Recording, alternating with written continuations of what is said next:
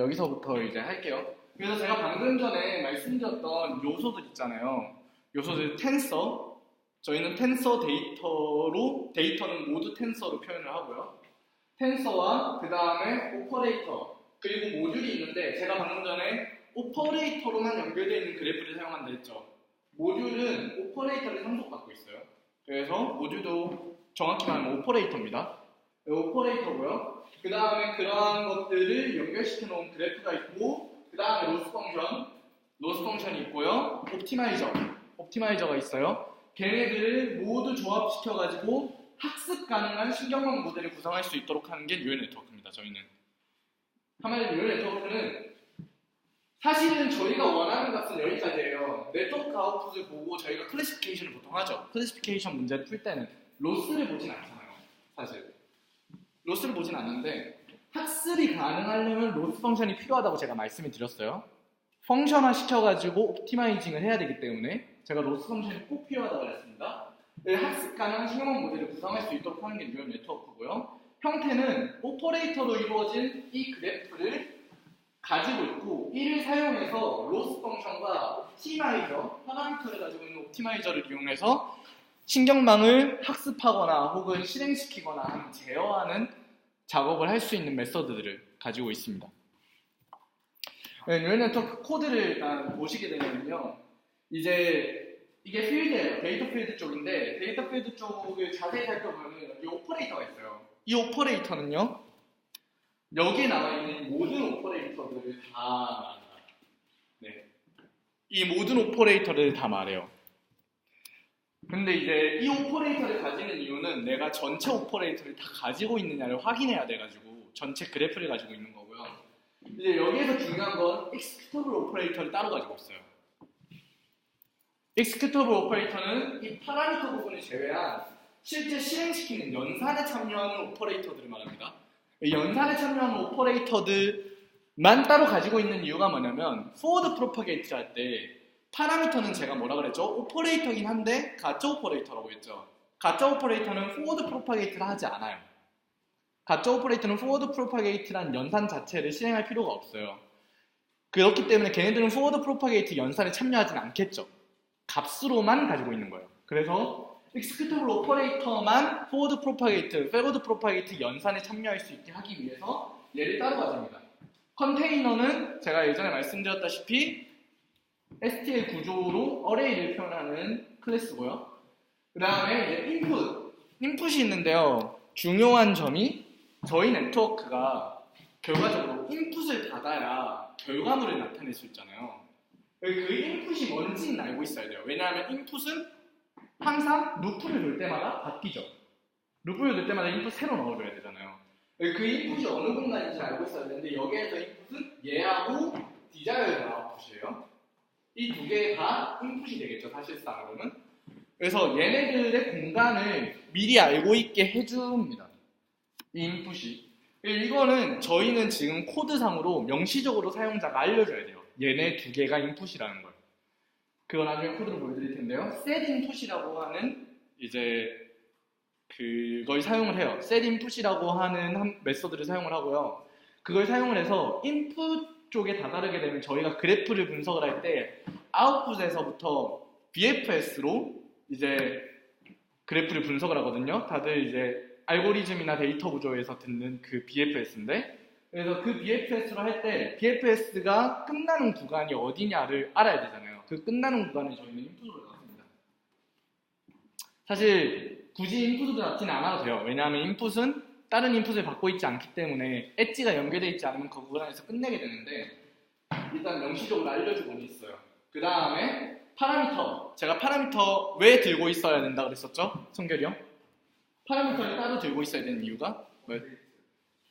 옵티마이저 때문이죠. 옵티마이저에서 업데이트를 하려면 파라미터만 업데이트를 시켜주잖아요. 그래서 얘를 따로 가지고 있습니다.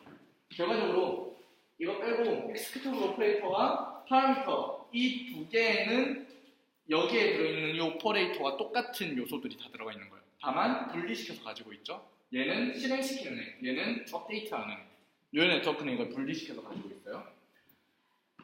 그래서 여기 디그리라고 돼 있는데 이거는 제가 한 1년 전에 네이밍을 한 거여가지고 바꿔야 돼요. 넘버 오브로 바꿀 건데 anyway 그래서 오퍼레이터가 몇 개 있는지, 익스큐터블 오퍼레이터가 몇 개 있는지, 인풋은 몇 개인지, 파라미터는 몇 개인지 이런 것들을 파악하고 있게 하기 위한 거고요. 이거는 순전히 C++이라서 그래요.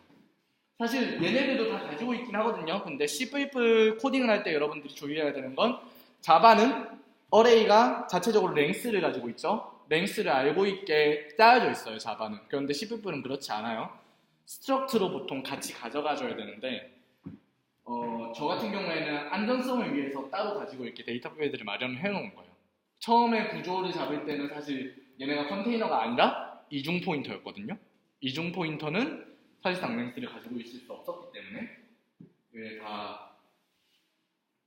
이 코드가 바뀌기 전에 얘네들이 있었고 이 코드가 STM으로 바뀌고 난 뒤부터는 얘네들이 필요가 없지만 이제 안전성을 위해서 남겨놓았습니다. 그 다음에 이제 로스 펑션하고 옵티마이저는 각각 하나라고 가정을 했어요. 전체 모델에 대해 가지고 결과적으로 적용이 되는 옵티마이저가 옛날에는 각 레이어마다 옵티마이저를 다르게 줄 수도 있다 이런 식의 논문들도 있었던 걸로 알고 있거든요. 그런데 요새 트렌드는 옵티마이저는 그냥 전체 모델에 대해서 하나만 사용을 해요. 일관성 때문에 그럴 거라고 생각을 해요. 저 같은 경우에는. 왜냐하면 업데이트를 할 때 얘는 이 옵티마이저 사용하고 얘는 이 옵티마이저 사용하고 그럴 수는 없거든요. 그런데 짜려고 하면 충분히 짤 수 있긴 한데 anyway, 그냥 이 옵티마이저는 하나만 가지고 있게 하고요. 로스 펑션도 저희는 하나만 가지고 있게 합니다. 맨 마지막에 그래프가 있다면 그래프 맨 마지막에다가 로스 펑션을 하나 쌓는 형식이에요. 이제 헷갈리지 말려고 한 번만 더 설명을 드리자면 뉴럴 네트워크는 여기까지예요. 뉴럴 네트워크는 여기까지고 이 네트워크 아웃풋은 사실 이 오퍼레이터의 리절트 값이고요. 얘는 지금 설명을 위해서 제가 한 번 더 넣은 건데 실제로 얘가 없어요. 얘가 얘를 냅니다. 나중에 코드 보면 정확히 알 수 있을 거예요. 그리고 디자이어드 아웃풋도 있죠. 여기에 전체적으로 봤을 때 사람들이 헷갈릴 수 있는 게 여기까지가 다 그래프로 보일 수 있어요. 근데 제가 그래프의 노드는 뭐라고 했죠? 경화가? 그래프의 노드는 형식이 뭐라고 했지? 데이터 타입이 뭐지? 오퍼레이터라 했지. 로스 펑션 오퍼레이터의 오퍼레이터 아니에요? 오퍼레이터가 아니죠. 여기는 그래프가 아니에요. 여기까지가 그래프고요.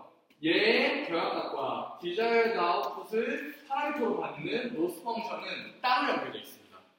그래프에 포함되어 있는 애가 아니에요.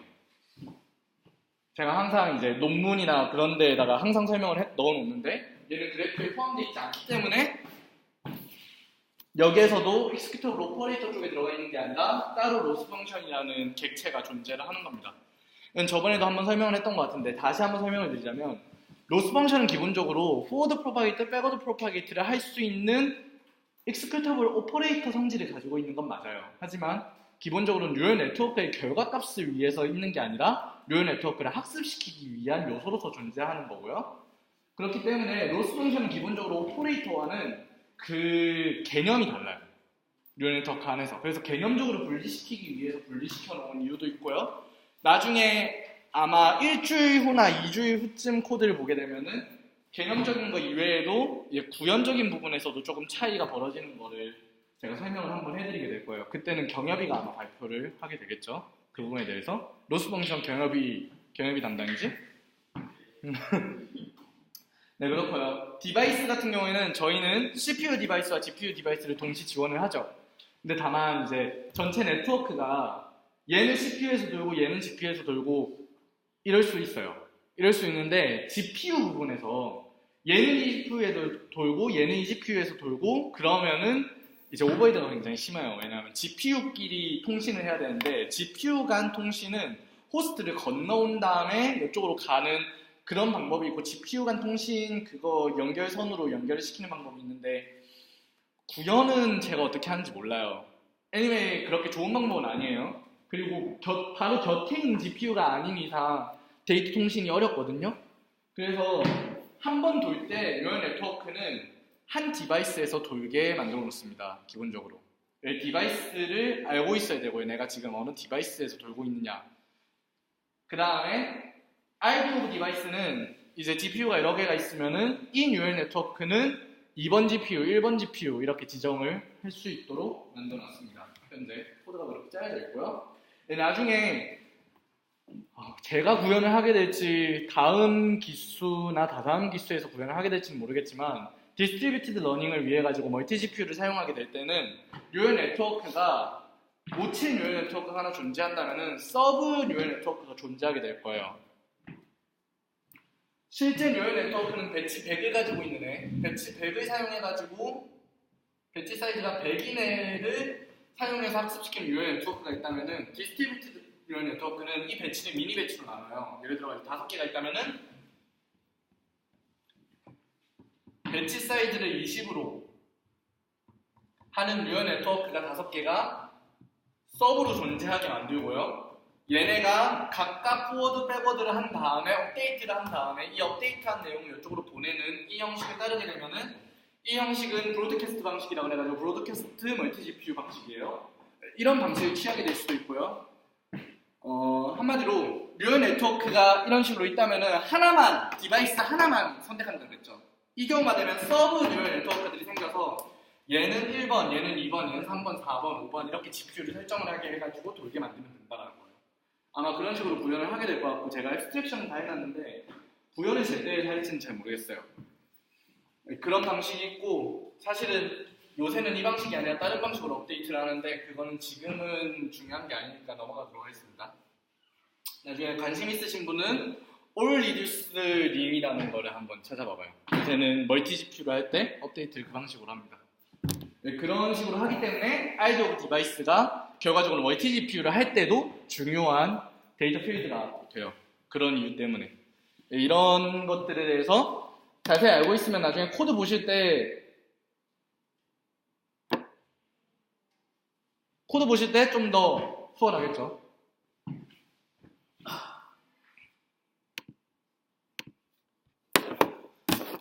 그래서 얘 같은 경우에는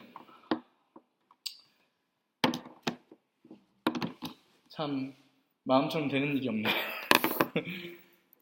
이제 헤더 파일로 들어가 보시게 되면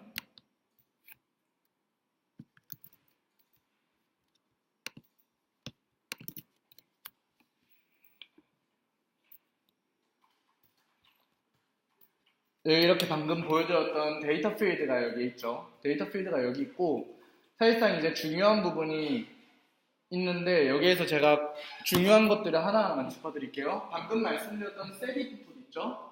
set input은 이제 인풋이 뭔지를 지정시키는 거예요. 그리고 set input을 해서 사용자는 순서대로 인풋을 지정을 시켜놓으면은 이제 이쪽 밑에서 보시면은 아마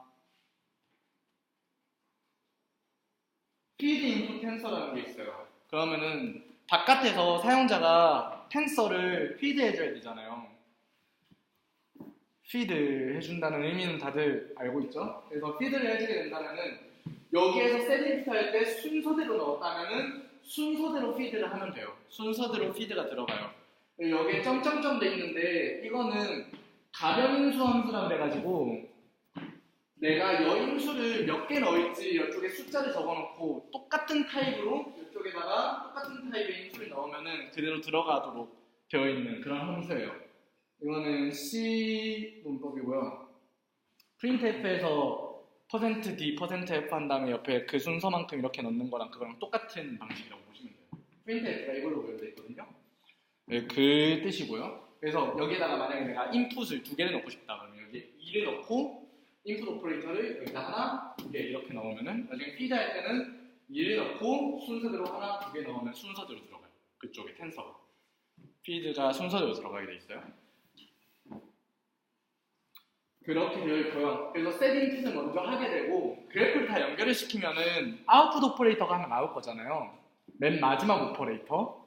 그 오퍼레이터를 이 애널라이즈 그래프에다 넣어줘요. 그래서 얘가 리절트 오퍼레이터라고 되어 있는데 애널라이즈 그래프에다 넣어준 다음에 애널라이즈 그래프를 하면은 그 리절트부터 시작해가지고 BFS로 그래프를 분석을 합니다. 이런 식으로 되어 있으면은 여기가 리절트 오퍼레이터죠. 여기가 리절트 오퍼레이터가 되고 리절트 오퍼레이터부터 시작해서 1, 2, 3, 4, 5, 6, 7, 8 이런 식으로 BFS로 분석을 하도록 짜여져 있어요. 그래서 이제 추가적으로 설명을 드리자면 제가 어레이로 가지고 있는다고 했잖아요. 오퍼레이터를 데이터 필드를 보시면은 컨테이너로 구현되어 있죠. 이 컨테이너가 어레이임과 동시에 데이터 형식은 Q입니다. 왜냐하면 BFS는 Q로 구현해야 되거든요. 그래서 Q로 구현되어 있어요. 푸시, 팝 하면은 푸시한 순서대로 팝돼요. 그런 세세한 부분들을 알고 있으면 좋고요. 셀 로스 펑션을 이용해서 여기까지 오퍼레이터가 다 지정이 되면은 여기까지는 그냥 뉴럴 네트워크 학습 가능한이 아니죠 아직. 근데 뉴럴 네트워크의 정의가 학습 가능한 신경망 모델을 구성할 수 있도록 한다가 저희가 정의한 거기 때문에 셀 로스 펑션과 셋 옵티마이저 이 두 개의 그걸 통해서 로스 펑션과 옵티마이저를 설정을 해놓게 됩니다. 그래서 이걸 다 설정을 해놓게 되면은 여기서부터는 파이토치랑 조금 다르죠. 파이토치는 그냥 자기가 넣고 빼고 그렇게 하잖아요. 근데 파이토치 같은 경우에 그렇게 할 수 있는 이유가 그냥 다이나믹 어로케이션을 사용을 해요. 매번 그래프가 생성됐다가 삭제됐다가 캐시에서 바로 불러들여서 다시 생성시키고 삭제시키고 약간 그런 식으로 돼 있거든요. 그런데 이거 같은 경우에는 이제 텐서플로우랑 비슷해요. 텐서플로우는 그래프를 한번 생성한 다음에 세션을 만들어낸 다음에 거기에서 세스 런을 하거든요. 그 이유가 얘네들은 스태틱으로 먼저 그래프부터 구성을 시켜놓고 거기에서 멈춰요. 주소값들이 다 설정되어 있는 상태에서 멈춘 상태에서 거기에 텐서를 넣어서 흐르게 한 다음에 새로운 걸 넣어서 그냥 흐르게 하는 거예요. 그 공간을 유지시키고. 저희는 그 구조입니다. 파이토치는 뭐가 다르냐면은 공간 자체를 만들었다가 그 순간에 다시 허물어요. 허물었다가 다시 만들고. 오버히드가 굉장히 심할 것 같은데 굉장히 심하거든요. 실제로도 그렇게 하면 굉장히 심한데 아마 걔네들이 코드를 짤 때 캐시를 잘 이용할 수 있는 함수들을 아마 사용을 했던 것 같아요. 그 C에서도 에멀록 중에 단순한 에멀록만 있는 게 아니라 캐시에서 바로 불러들일 수 있는 그런 에멀록들이 있거든요. 자세히 보면 고급 함수 중에 그런 것들이 있어요. C 고급 함수 중에 아마 그런 것들을 사용하지 않았나 예상을 하고 있어요. 제가 코드를 자세히 보진 않아서 그 부분에 대한 코드를. 아니, 저희는 스태틱이고요. 그래프를 한번 만들면은 허물지 않고 그걸 그대로 사용을 해요. 장점은 빨라요. 그렇게 하면. 일단 다이나믹 어로케이션보다는 빠르죠. 그렇게 하면은 만들어져 있는 거에다 그냥 흘러보내기만 하면 되니까. 단점은 뭐냐면 배치 사이즈를 변환시키기가 어려워요. 배치 사이즈가 예를 들어가지고 내가 가지고 있는 데이터가 132개다.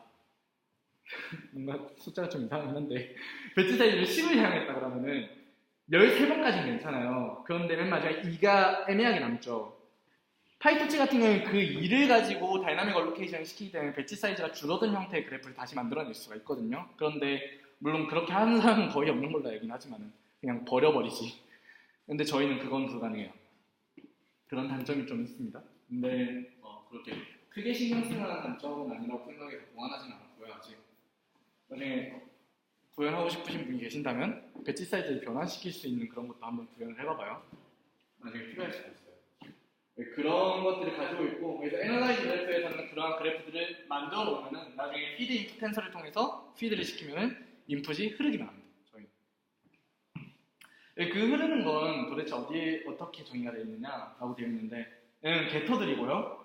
게터들은 자바를 하면서 자바에서 게터 세터 배우죠? 네, 제가 자바를 이제 읽고 있어서 포워드 프로파게이트, 백 프로파게이트를 사용해가지고 이제 진행을 하는데 실제 코드를 보시면 저희는 포워드 프로파게이트하고 백 프로파게이트를 명시적으로 부르는 경우는 거의 없거든요. 저희는 트레인 테스트 그걸 부르죠. 바꿨어요. 이름 ing 없어졌어 이제. 네. 여러분 메소드를 만들 때는 동명사가 아니라 동사로 그래서 트레인과 테스트를 이용해서 구현이 되는데 이거 안에 부분을 좀 볼게요.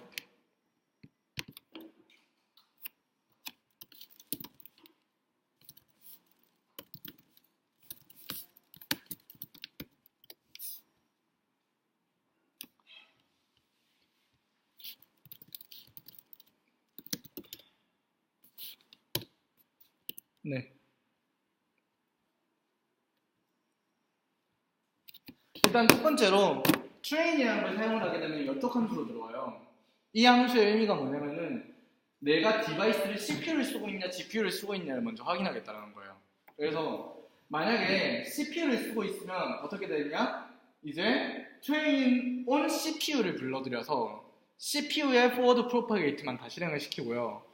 GPU를 쓰고 있다 그러면 train on GPU를 해서 오퍼레이터에 forward propagate on GPU 이런 식으로 돼 있거든요. on CPU, on GPU. 그래서 on GPU의 forward propagate를 사용하겠다. backward propagate를 사용하겠다. 이런 식의 의미가 됩니다.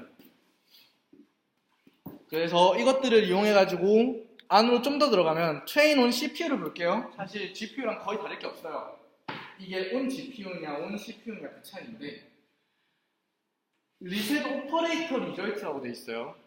리셋 오퍼레이터 리절트, 오퍼레이터 그레디언트, 로스 펑션 리절트, 로스 펑션 그레디언트 이렇게 돼 있는데 저번에 설명을 한번 드렸었는데 다시 한번 설명을 드리자면 뉴럴 네트워크가 리니어하게 연결되던 시절에는 그냥 어사이먼트를 사용을 했어요. 그냥 어사이먼트를 사용했다는 말이죠. 근데 문제는 요새 나오는 많은 뉴럴 네트워크는 리니어하지 않아요.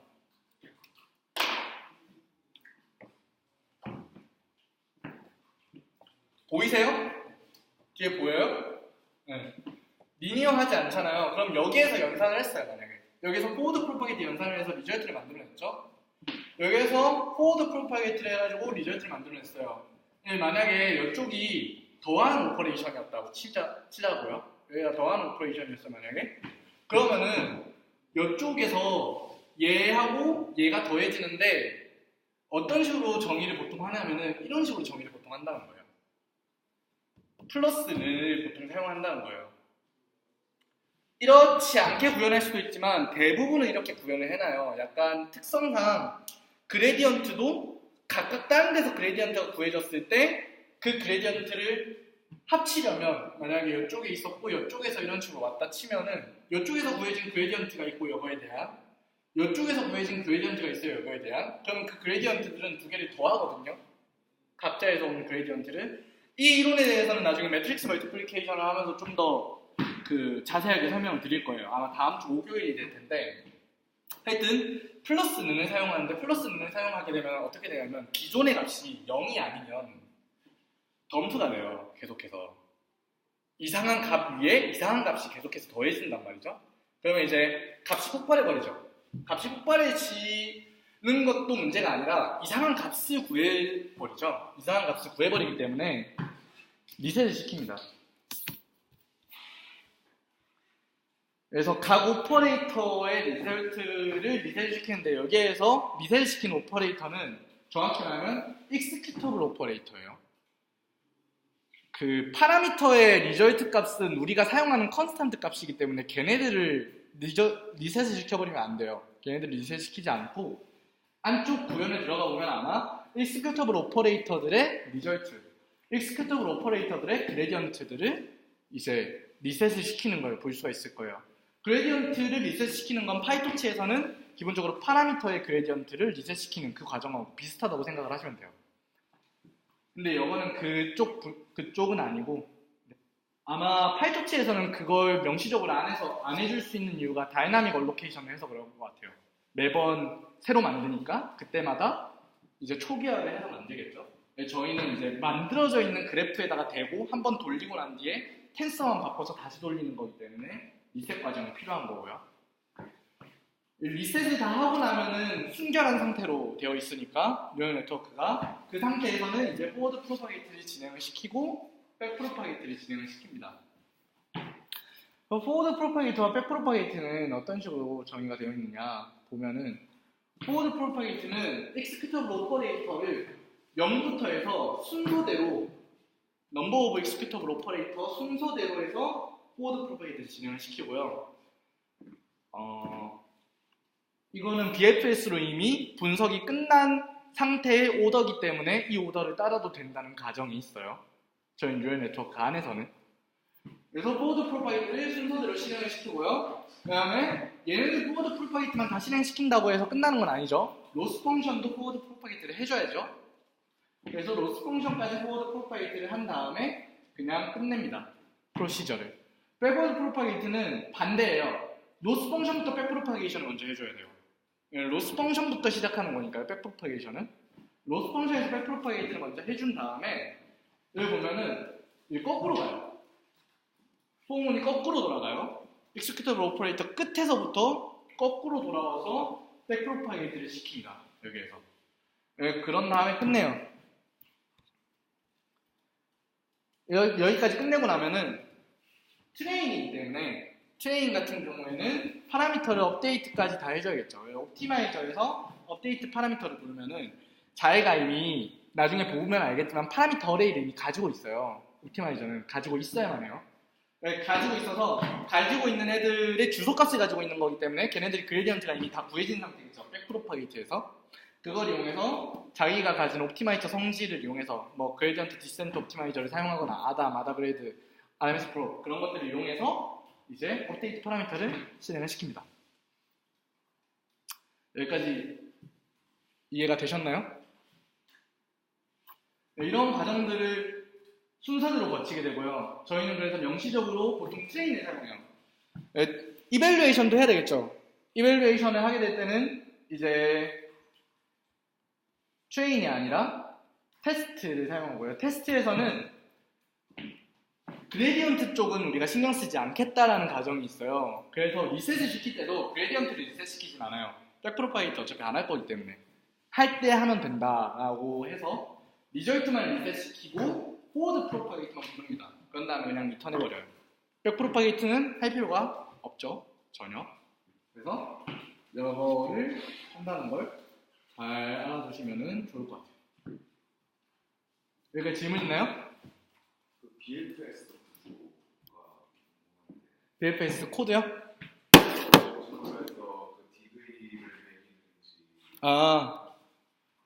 봅시다. 네, 여기가 애널라이즈 그래프인데요.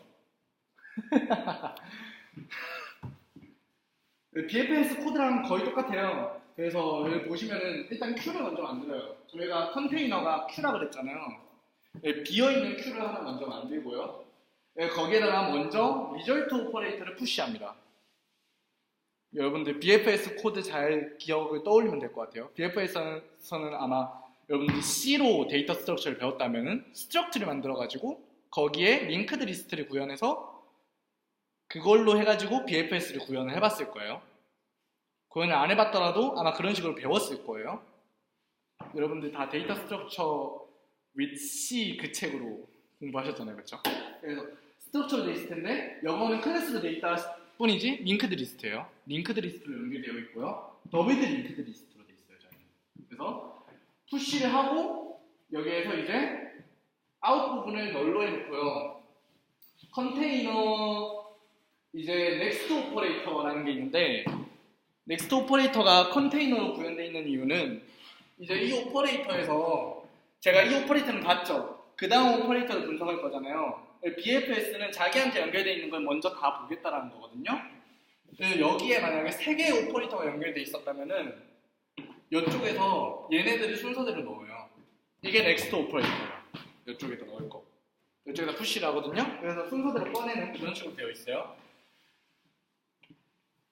그래서 얘도 있고요. 이제 number of input 엣지라고 되어 있는데 이 number of input 엣지라는 게 뭐냐면은 내 링크드 리스트에서 내 밑에 몇 개가 연결되어 있는지는 알아야 꺼낼 거 아니에요, 그쵸? 이게 클래스 오퍼레이터가 가지고 있거든요. 얘를 먼저 꺼내서 몇 개를 꺼내면 되는지를 분석한 다음에 꺼내줘요. 그걸 위해서 이제 존재하는 데고요. 그래서 이제 Q가 사이즈가 0보다 큰 경우에는 계속 돌게 하고 BFS 강의가 되는 것 같은데 그래서 공개하고 이제 BFS 구조를 따르는데 여기에서 이제 중요한 게 저희는 단순히 BFS만 따라가면 안 돼요. 여기에서 뭘 해줘야 되냐면 첫 번째 얘가 인풋인지 아닌지 검사를 해줘야 되고요. 두 번째 봤던 애인지 안 봤던 애인지도 검사를 한번 해줘야 되고요. 왜냐하면 그래프가 이상하게 연결되어 있을 수도 있잖아요. 막 얘가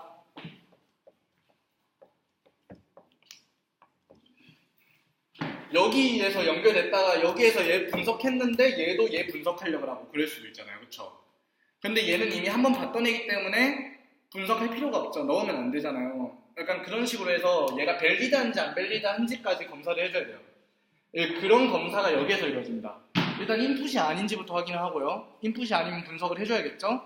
예, 밸리드한지는 내가 이미 한번 봤었는지 안 봤었는지를 분석을 해줘요. 봤다는 건 어떻게 알아요? 이미 executable 오퍼레이터 그 어레이 안에 들어있으면 내가 봤다는 게 되죠. 파라미터 안에 들어가 있다면 내가 봤다는 게 되죠. 그걸 확인을 해요. 네? is valid 코드를 보시면 그런 식으로 구현이 돼 있어요. 내가 한번 봤는지 안 봤는지를 확인해요. 네, 그걸 다 확인한 다음에 이제 BFS를 따라가는데 중요한 점은 얘가 오퍼레이터 코드를 보시면 저번 주에 설명을 했는데 오퍼레이터 코드를 보면은 코드 안에 is 파라미터라는 게 있어요. is 파라미터는 데이터 필드가 있거든요. 얘가 파라미터인지 아닌지를 자기가 이미 알고 있어요. 내가 파라미터다 혹은 executable operator다 이걸 이미 알고 있거든요. is 파라미터가 true면 난 파라미터니까 어디에 들어간다? 파라미터 쪽에다 넣어줘요. is 파라미터가 false면 내가 파라미터가 아니라 executable operator니까 executable operator에다 푸시를 해줘요. 그리고 푸시를 할 때 동시에 바로 디그리도 플러스 플러스를 해줘가지고 디그리도 같이 플러스 플러스를 해주게 되어 있거든요. 무슨 의미인지 알아들으셨어요? 파라미터면 파라미터 쪽 컨테이너에다 놓고 어레이에다 놓고 executable operator면 executable operator에다 놓고 그 이외의 경우는 우리가 없다라고 가정을 하고 있어요. 파라미터 아니면 executable operator다. 둘 중 하나다. 무조건. 그렇게 하고 디그리는 동시에 이제 실행을 시켜주는 그런 형식으로 되어 있습니다.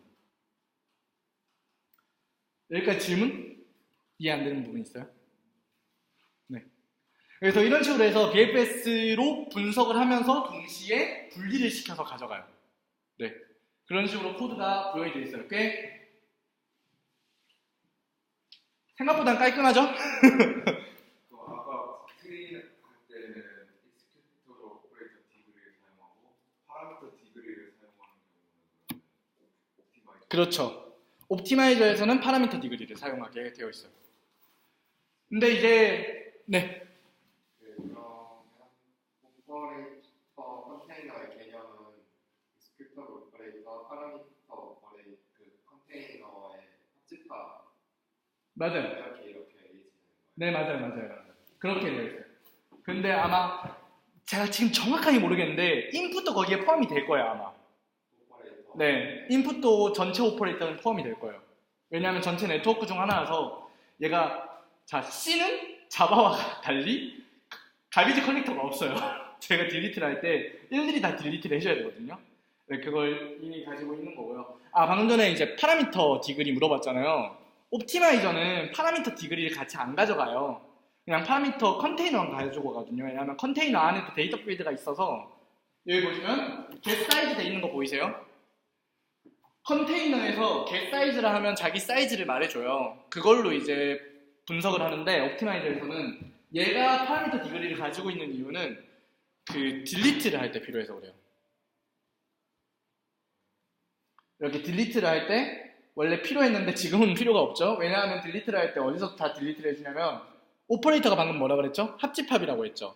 executable 오퍼레이터, 파라미터, 인풋 다 가지고 있는 애예요. 여기에서 다 딜리트를 해주고 얘네는 그냥 자기 주소값만 딜리트를 해주도록 구현이 되어 있어요. 예전에는 구현이 이렇게 안 돼 있었어요. 예전에는 구현이 어떻게 돼 있었냐면 executable 오퍼레이터 따로 다 분석해서 다 삭제시켜주고 파라미터 따로 분석해서 다 삭제시켜주고 인풋 따로 분석해서 다 삭제시켜주고 이런 식으로 돼 있었거든요. 이게 다 역사에 담겨져 있는 거라고 보시면 됩니다. 디그리라고 표현되는 게 그 컨테이너 안에 엘리멘트 개수 네, 맞아요. 디그리라고称하는 거죠. 네, 사실 그거 네이밍은 넘버오브로 바꿔야 돼요. 그래서 네, 안 그래도 그거 피드백을 교수님한테 받았었거든요. 제가 그런데 반년째 안 고치고 있죠. 반년 전에 받았는데 여러분도 아시겠지만 코드 네이밍 고치는 게 제일 귀찮아요. 생각해보면 여기에서 고쳤는데 다른 데서 문제 터질 때가 있다고 가끔씩 생각 외로 막 얘가 왜 갑자기 문제가 생겨 이런 것들이 있어요. 막 코드 막 몇천 줄 넘어가기 시작하면 그래서 애랑 안 바꿔 이러면서 안 바꿨죠. 여러분들은 그러지 마세요. 교수님이 피드백을 하시면 바로바로. 네, 또 질문 있으신가요? 여기서 보시면은 인풋이면은 그대로 넘어가야 되잖아요. 그래서 컨티뉴로 돼 있고요. 이즈밸리드도 만약에 이즈밸리드가 아니면 그냥 넘어가야 되니까 컨티뉴로 돼 있다고 보시면 돼요. 이거는 사실 컨티뉴가 필요가 없는데 뭐 때문에 넣어놨냐면 리더빌리티 때문에 넣어놨다고 보시면 돼요. 이런 것들은 사실은 컨티뉴가 없어도 되죠. 그래서 중요한 점은 여기에 하나가 더 있는데 분석을 할 때 리저트부터 넣잖아요. 그럼 어떻게 돼요? 순서가 거꾸로 돼 있죠. 리버스를 한번 시켜줍니다. 그래서 리버스를 한번 시켜주게 되어 있어요. 그래서 사실은 얘는 리버스 할 필요가 없긴 한데 그냥 맞춰주려고 했나봐요. 기억이 잘 안 나네요. 여기 밑에 있는 주석 처리되어 있는 코드는 뭐냐면은 제가 BFS가 올바로 다 실행되는지 확인하려고 다 출력을 해봤어요. 테스트 코드라고 보시면 됩니다. 이건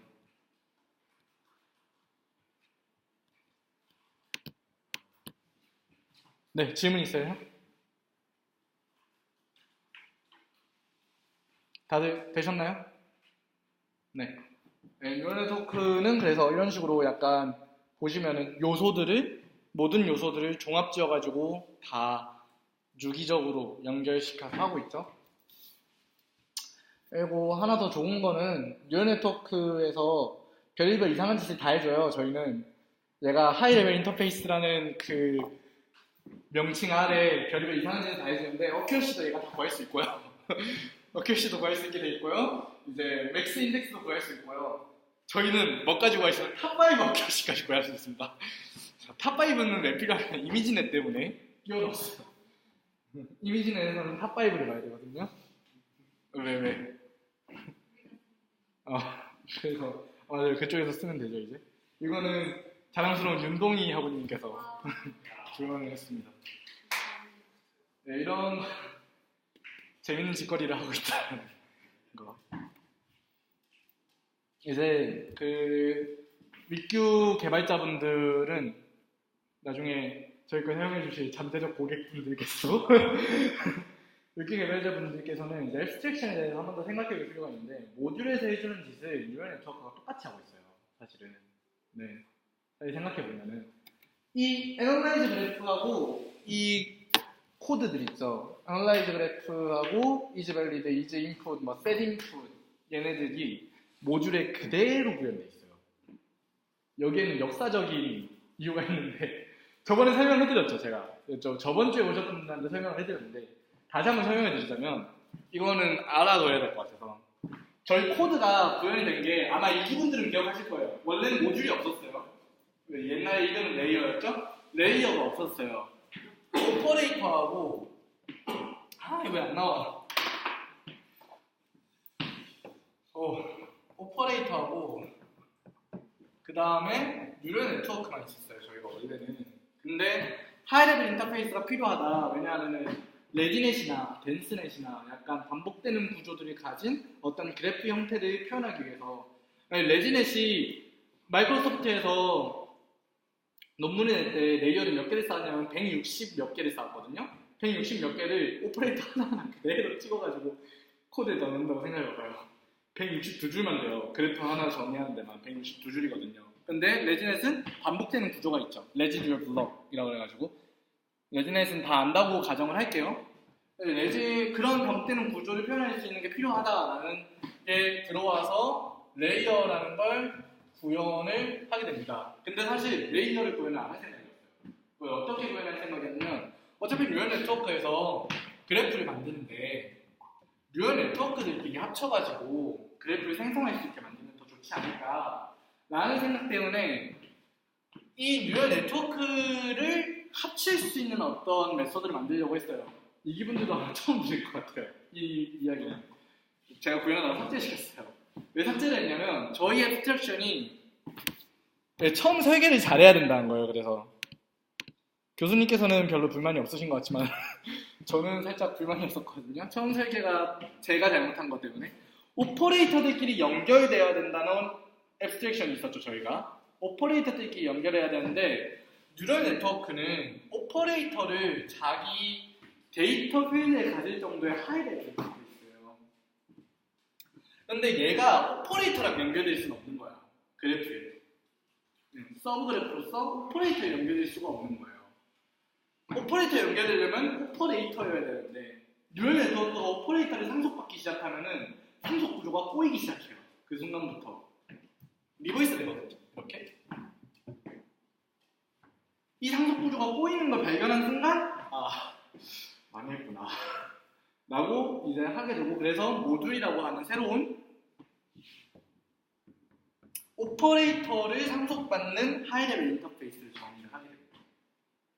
그래서 모듈도 그래프를 표현하고 뉴럴 네트워크도 그래프를 표현하는데 모듈은 서브 그래프만 표현할 수 있도록 제한을 놓고요. 뉴럴 네트워크는 전체 트레인업을 한 뉴럴 네트워크를 표현할 수 있는 그래프를 표현하게 하자라는 가정을 새로 세운 거예요. 그런 이유가 있어요. 재밌죠? 도큐멘테이션 하실 때도 그런 부분을 고려해서 쓰시면 좋을 것 같아요. 네, 여기까지 질문 있나요? 자모자 여러분, 나중에 데이터 도큐멘테이션 하시는 분들은 9시간 동안 앉아서 어떻게 된다. 진짜 큰일 났다. 그때 커피 한 5개 사와요. 경현이한테 부탁해서 맥스 그거 대량으로 주문하고. 네, 그런 식으로 되어 있습니다. 자, 그러면 여러분들 고대하던 GPU 시간이 왔어요. CUDA는 이제 이해를 해야, CUDA까지도 하고 싶은데 CUDA는 아직 내가 구현을 덜 해가지고 CUDA는 이해를 하면은 이제 어느 정도 도큐멘테이션 쓰시는 분들 진행을 할 수가 있겠죠. 오늘 제가 설명을 어느 정도 드릴게요. 그 부분에 대해서. 네. GPU가 동작하는 원리를 알아야 되는데 이거는 파이썬 똑같아요. 그냥 파이썬에서 GPU를 사용할 때 점프다라고 하죠. 맞죠? 점프다를 하는 이유가 파이토치도 마찬가지로 엔비디아 GPU밖에 못 사용해요. 지금 아마 제가 알기로. 네, 근데 원래는 그러면은 안 좋아요.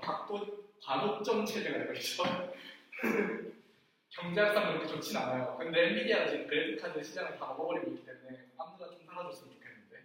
그래픽 카드 동작을 하는 게 스쿠다밖에 없고, 스쿠다는 엔비디아 그래픽 카드에서밖에 안 들어가지고 딥러닝 때문에 엔비디아가 거의 과도점하고 있죠. 거의 다. 저희는 원래 오픈 CL이라는 걸 사용해가지고 모든 GPU 그래픽 카드에서 돌아갈 수 있는 그런 걸 만들어 볼까도 생각을 해왔었는데 그거 공부하는데 시간이 더 오래 걸리기 때문에 그냥 엔비디아로 진행했습니다. CUDA는 편하잖아요, 그렇죠? 네, CUDA는 해가지고 하는데 GPU로 들어가는 프로세싱을 제가 설명을 드릴게요. 첫 번째, GPU도 메모리가 있습니다. CPU에도 메모리가 있죠. 근데 램 카드에 이제 메모리 올라가는데 보통은 컴퓨터에서 사용할 때는 그 메모리처럼 GPU도 자체적으로 램이 있다고 생각하시면 돼요. 그래서 그 메모리가 있는데 그 메모리 위에 올라가 GPU도 그 메모리에 있는 데이터를 가지고 연산을 진행할 수가 있어요. CPU에 있는 램에 있는 그 메모리에 직접 접근하는 게 GPU는 불가능하거든요. GPU는 좀 인디펜던트한 어떤 연산 장치라고 생각을 하시면 돼요. 그래서 그렇기 때문에 메인 메모리에 있는 그 DDR4죠. 보통 메인 메모리에 있는 데이터를 GPU 메모리에다가 카피를 해야 됩니다. 그래서 이거를 CPU를 지금부터 뭐라고 부를 거냐면 호스트라고 부를 거예요. 호스트라고 부를 거고요. GPU를 디바이스라고 부를 거예요. 그래서 코드의 함수를 보시면 호스트 투 디바이스 에멀로그 이라는 걸 사용을 해가지고 호스트에 있는 데이터를 GPU 메모리에다가 에멀로그 시켜주자. 그대로 복사를 시켜서 에멀로그 카피구나. mem카피죠. memCPI죠.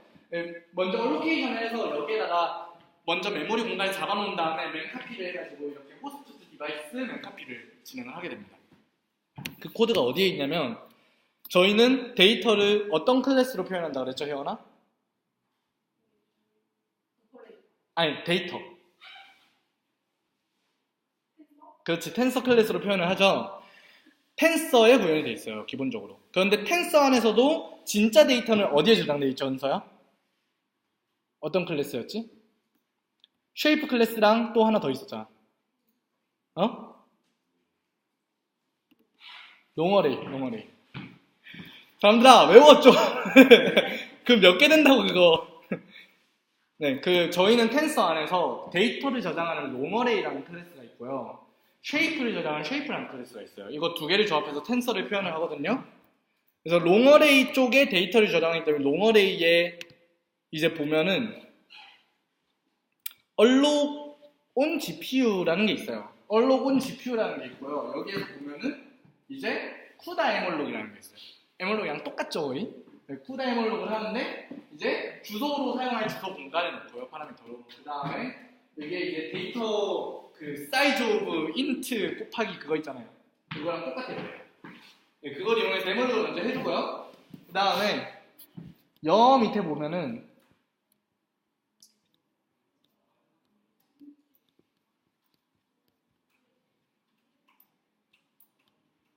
GPU 데이터 set 디바이스 GPU 이제 로드 세이브 set 디바이스 CPU get CPU 롱어레이 디바이스 오퍼레이터 get element 겁나 많네. 뭐야? 어딨어? 네, 여기 위에 있네. 네, 멤카피 CPU GPU 돼 있는데 실제 CUDA CUDN에서 제공해 주는 거는 이제 CUDN 멤카피라는 걸 지원을 해요. 그래서 메모리 얼록을 방금 전에 했었죠. 그 얼록된 부분에다가 그 데이터 크기만큼 호스트 메모리에 있던 거를 GPU 메모리에다가 멤카피를 하는 거예요.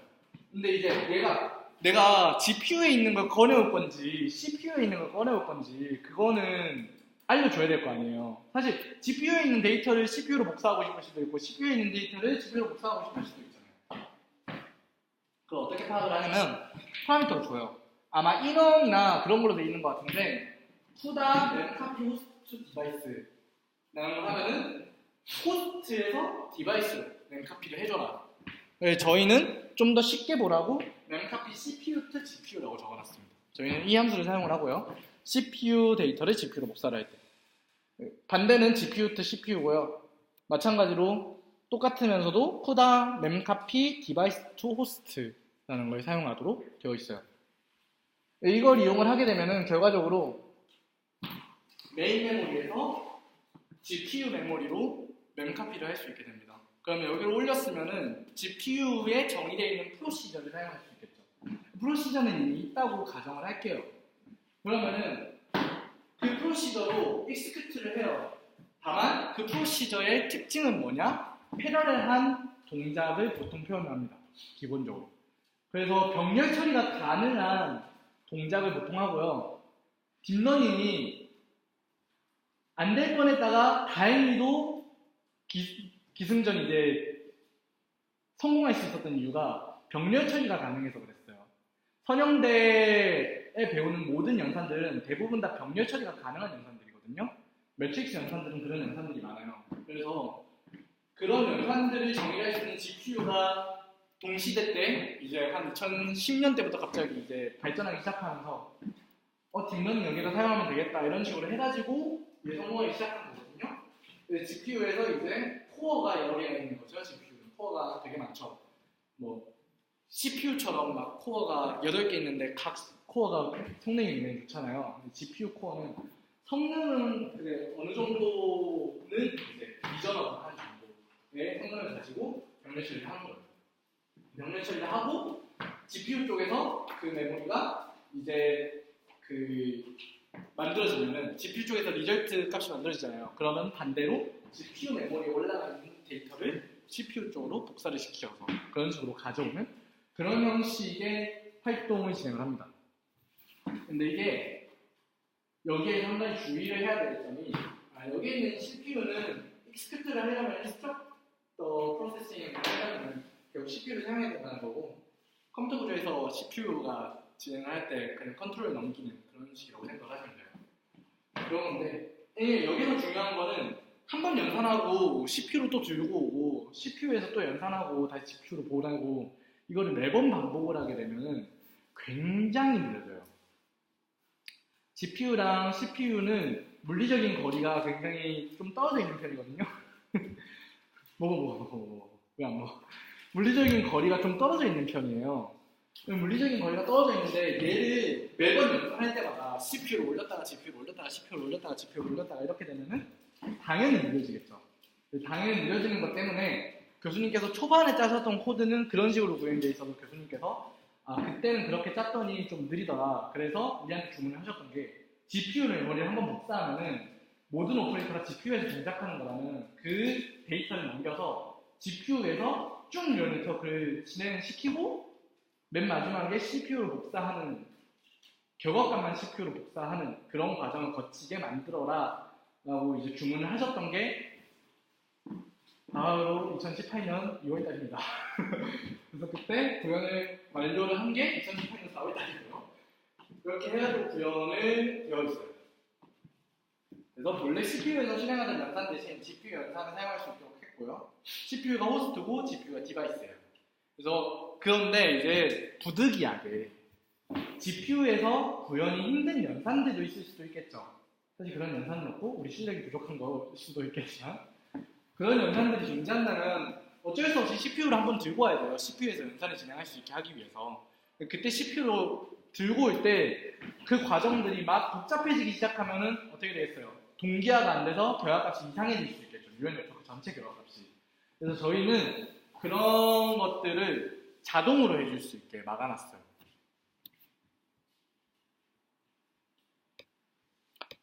그래서 어떤 식으로 되어 있냐면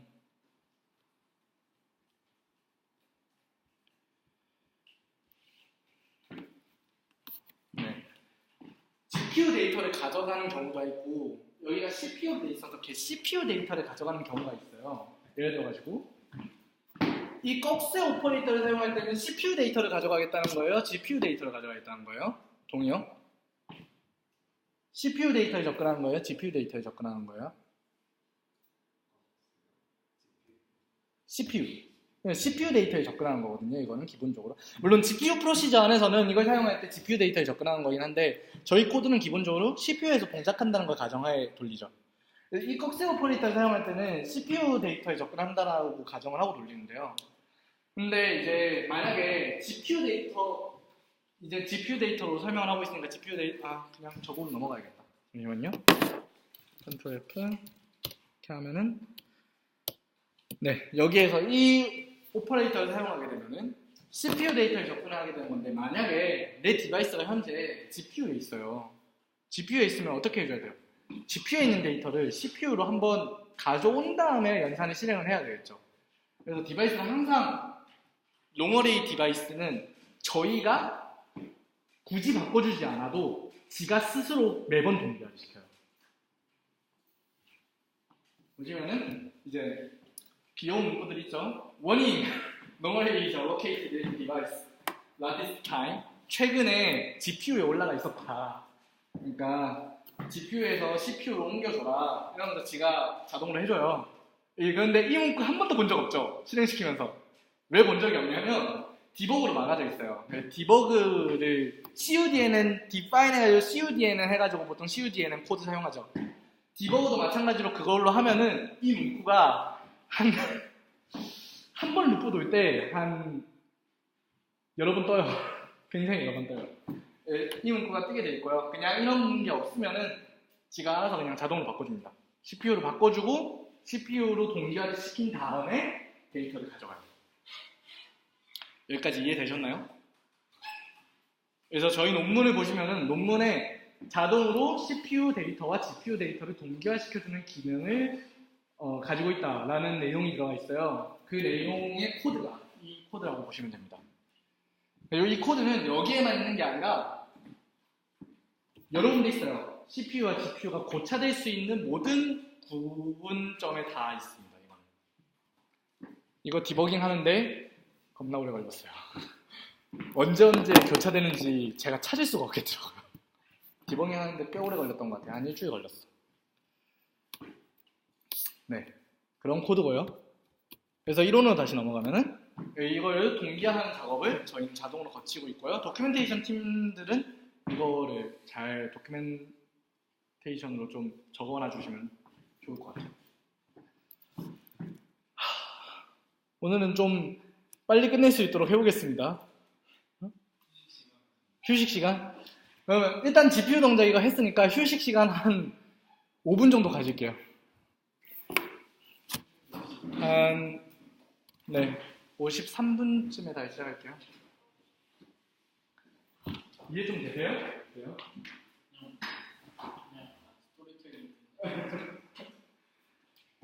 아마 오늘까지는 약간 구형이 있어서 다음 주쯤에 좀 들만한 것들이 많이 나오고 실제 C 코드로 어떻게 구현되는지 볼 테니까.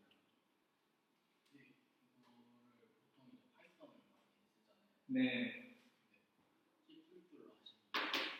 일단 첫 번째 이유는 인베디드 문자를 적으면서 뭐라고 해야 되나? 한국말 기억이 안 나네. 인베디드 문장이 좀 더 될 수 있게 하는 그냥 목적이 첫 번째로 있었는데요. 지금은 사실 아직 파이썬보다 느린 상태예요. 왜냐하면 투자 사용하는 거 똑같고 파이썬 안에서도 실제 코드는 C로 딴 다음에 파이썬을 검토해 놓는 식으로 거예요. 이걸 이렇게 스탠스로 근데 첫 번째 이유는 그거였고 두 번째 이유는 파이썬 코드 저희 거는 약간 교육용이라고 생각하시면 좋아요. 왜냐하면 실제로 할 때는 저도 파이토치로 하고 텐서플로우로 좀 작업을 하는데 자주 하게 되면 이제 이걸 하게 되면 좀 사람들이 엔진 부분에 대한 코드를 이해를 할 때 저희가 한국말 도큐멘테이션이 많은 거기 때문에 공부할 때 좀 익숙이 좋게 생각하고 실생활에서 충분히 쓸 수 있는 정도는 사실 그런 느낌이라고 생각합니다. 파이썬은 사실 파이썬 코드를 보시면 알겠지만 조금 뭐랄까 자기들이 그 코드 CPU 코드가 정신이 있는 경우가 있습니다. 이해가 잘 되지는 않아요. 네. 처음에 텐서플로우 말씀하시는 거 있어요.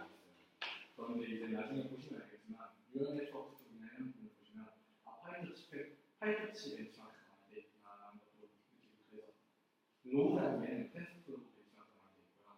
하이 레벨에는 파이토치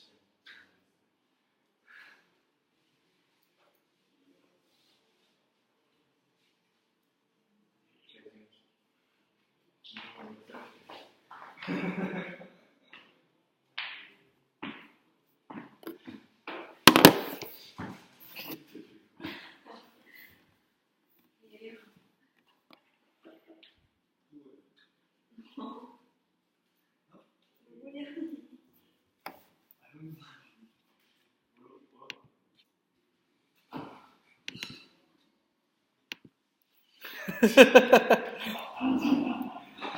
진짜 잘생겼다.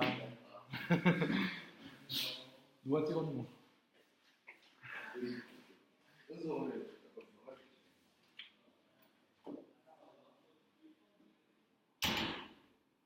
경현아, 네. 이해는 잘 돼? 뒤에 속쓰고 나 제발 이렇게 못 믿겠어.